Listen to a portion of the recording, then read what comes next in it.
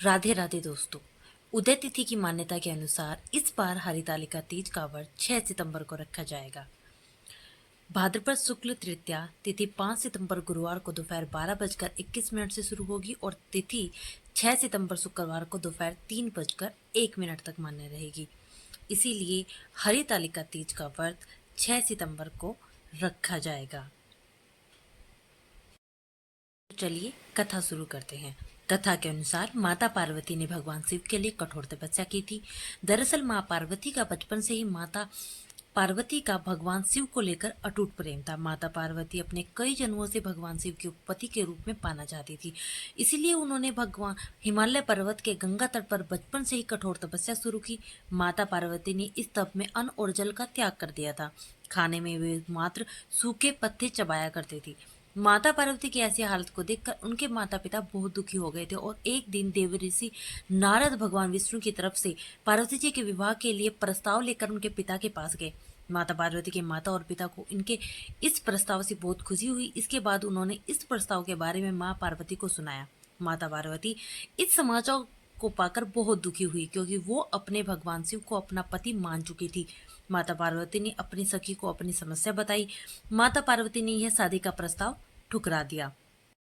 पार्वती जी ने अपनी सखी से कहा कि वह सिर्फ भोलेनाथ को ही अपने पति के रूप में स्वीकार करेंगी। सखी की सलाह पर पार्वती जी ने घने वन में एक गुफा में भगवान शिव की आराधना की। भाद्रपद तृतीया शुक्ल के दिन हस्त नक्षत्र में पार्वती जी ने मिट्टी से शिवलिंग बनाकर विधिवत पूजा की और रात भर जागरण किया। पार्वती जी के तप से खुश होकर भगवान शिव ने माता पार्वती को पत्नी के रूप में स्वीकार कर लिया था।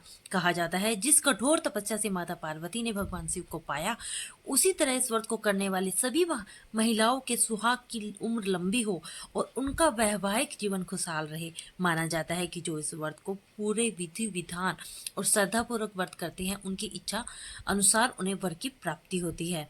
हरितालिका तीज पर गौरा और शिव से अखंड सुहाग की कामना करनी चाहिए और बोलना चाहिए कि भगवान हमें अजर अमर सुहाग देना। आइए जानते हैं इस व्रत को रखा कब जाता है। इस व्रत को तीज में रखा जाता है क्योंकि इसका पारण चतुर्थी तिथि के सूर्योदय में किया जाता है।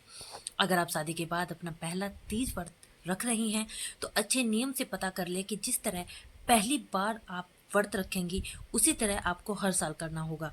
इस व्रत को एक बार रखा जाता है तो जीवन भर रखना होता है, किसी भी साल इसे नहीं छोड़ सकते। तीज व्रत में अन्न जल और फल 24 घंटे कुछ नहीं खाना होता। इस व्रत को पूरी श्रद्धा भाव से करें और भगवान शिव पार्वती का जागरण करें और सोए नहीं। अगर आप बीमारी या किसी वजह से व्रत छोड़ रही हैं तो उसका उद्यापन करना होगा और अपनी सास या देवरानी को व्रत देना होगा। तो चलिए शुरू करते हैं गणेश जी की कथा, जिनके बिना हर एक पूजा अधूरी मानी जाती है। एक बुढ़िया माई थी, मिट्टी के गणेश जी की पूजा करती थी।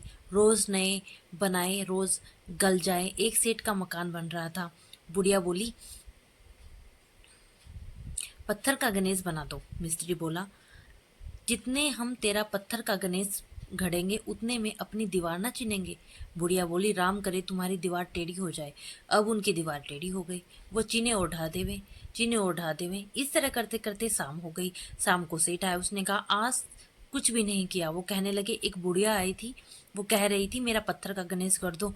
हमने नहीं गढ़ा तो उसने कहा तुम्हारी दीवार टेढ़ी हो जाए। तब से दीवार सीधी नहीं बन रही है, बनाते हैं और ढा देते हैं। सेठ ने बुढ़िया बुलवाई। सेठ ने कहा, हम तेरा सोने का गणेश गढ़ देंगे, हमारी दीवार सीधी कर दो।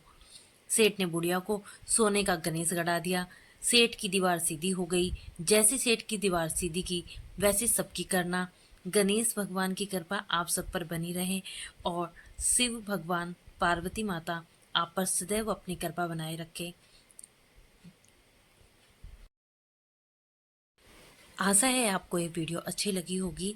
अगर अच्छी लगी है तो आप प्लीज़ कमेंट बॉक्स में कमेंट जरूर करना और लाइक एंड सब्सक्राइब भी जरूर करना और ऐसी ऐसी कथाओं और वीडियोस के लिए मेरे चैनल पर बने रहिए। Thank you.